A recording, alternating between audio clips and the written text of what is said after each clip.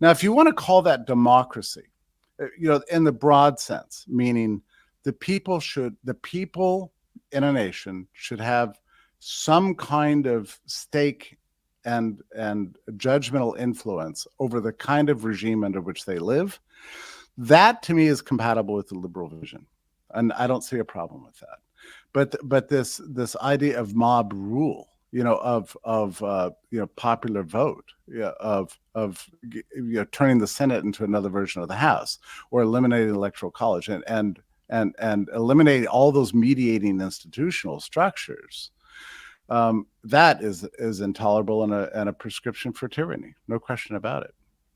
Well, I think the mixed constitution ultimately relies on awareness of social institutions and spheres of authority that are non-governmental, which of course libertarians would be huge fans of.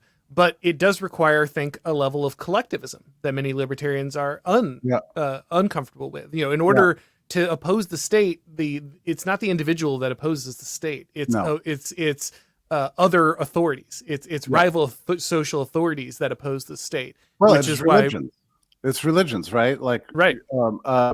And this is an empirical point. Look what happened at COVID. I mean, who resisted the COVID controls? Just ask yourself that question. I mean, it was the Amish, Orthodox Jews, traditionalist Catholics, Mormons, and then later the evangelicals, right? But the secular elites never got around. I mean, they're still masked up. If you allow capital to break down the family structure, then you'll just break down society. And so you have to find a way to create capital interactions that don't erode the family and that prioritize the well-being of the family. I of course, I know somewhere like economic theory nerds are screaming at me, but seems critical if you're going to solve the problem moving forward. But here's the thing. I don't think capitalist ideology has conceived of the individual as somehow isolated from his community, from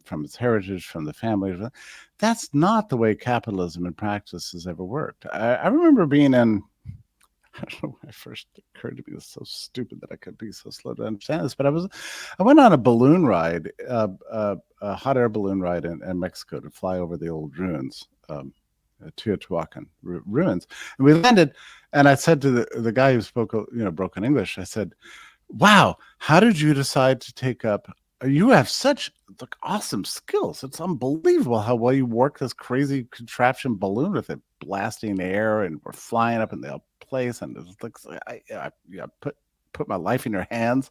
Yet you're just the master of this thing." I said, "How did you?" Such a stupid idiot American question, but I said, "How did you decide to take up ballooning as a profession?" And he said, "My father taught me." Yeah, my dad. Yeah, right. And I said, "Well, who taught him?" He said, "His father." I said, "Well, who taught him?" He said, "His father." I said, "So this is like a family business?" "Yes, my family, we're a family of ballooners. This is what we do." And once you notice that, you're suddenly it's like, well, wait a minute. How common is this? So I was at my cobbler the other day. The guy repairs the shoes, and he's using equipment from 1910 and doing a brilliant job. And he invited me back to the shop and showed me how he cuts the leather. And he's a shoemaker, just like in Grimm's fairy tales, but he was a shoemaker. I said, "Where'd you learn this?" He's my father. Where did he learn? His father. I said, "Well, who's going to succeed you?"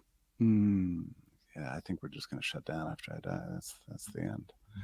So, professions they follow in the family. That's where you learn your skills. That's where you learn to be a master craftsman, and you don't break that up. I mean, under a natural, organic, developing free economy, I think this would be the norm, that the sons would follow in their father's footsteps, and the daughters would aspire to marry people like their fathers. I mean, that's sort of the way things. The family becomes really an important economic unit in ways that individualist ideology has emerged in the course of the 20th century, where every new person is just this new random, free-floating flesh blob, full of choice and infinite possibility.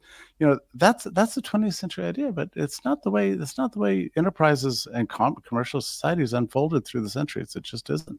Well, it's also what lowers time preference, right? Like you can't have low time preference if you don't have a continuity of tradition, of culture, of history, Yeah. of belief.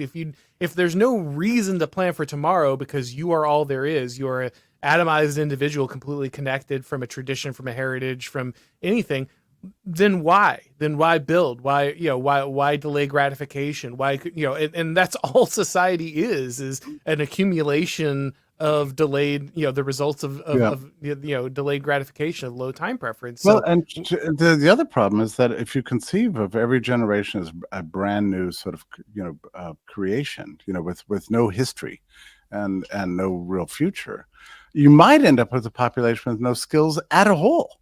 yeah, Because which is we're hurtling towards, actually. right, that's exactly where we're headed. We don't have shoemakers, we don't have anything makers anymore. Yeah. With our industries gone now, and people spending 16 years in school and then graduating with a friggin' piece of paper and then going to indeed.com and uploading it, hoping for a job. But zero skills at all. The inability to do anything. The only skill you have is watching TikTok videos, and we think we're going to sustain a prosperous society like that. No, this is a calamity. I mean, this is a candle burning at both ends. I mean, this is the end of the world. Well, I'm glad that we arrived at a hopeful note at the end of our discussion. now that we have white pilled everybody and instilled them with but to circle back to put a little cap on at the end, the projects like the Free State Project and those and Ridge Runner, conservative communities, libertarian communities that are focusing people together, sharing that, rebuilding that continuity, that understanding of actually you do need a shared idea, you do need a shared community. You can have these values, they can be oriented around, this idea of perhaps libertarianism, but you need to have, that community first is what actually creates that incentive. That I think is something that hopefully will, even if some of this burns out, and as I've predicted in my book, I believe a large amount of it will, the communities that are forging those bonds now are the ones that will, I think, probably have a better time weathering that storm when it inevitably comes. If civilization can be saved, it's only going to be through this. It's not going to be through abstract ideology. It's going to be through human connection, community relationships, robust families, and I have to say through faith. I mean, and I say that as an empirical matter. I mean, we know now for sure of the experience of the last 4.5 years that it's communities of faith that are willing to resist the state, 100%. and everybody else is willing to sell out. I mean, that's just the way it is.